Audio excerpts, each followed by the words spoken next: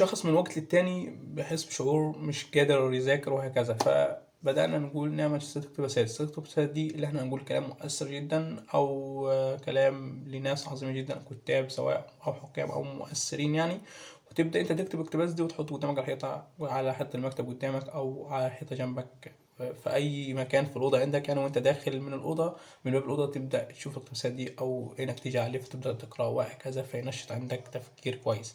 فنبدأ في سلسلة اقتباسات. وأول اقتباس هو Yesterday I was a clever, so I want to change the world. Today I am a wise, so I wanted to change myself. واللي بيشرح لنا ويوضح لنا قد ايه انت عايز تشتغل على نفسك، مش عشان تغير عالم، لا، عشان تغير نفسك الاحسن، عشان تبقى مؤهل ومتطور وعندك قدر من الثقافة او من الاستيعاب تتعامل مع جميع الامور بمختلف اشكالها وانواعها.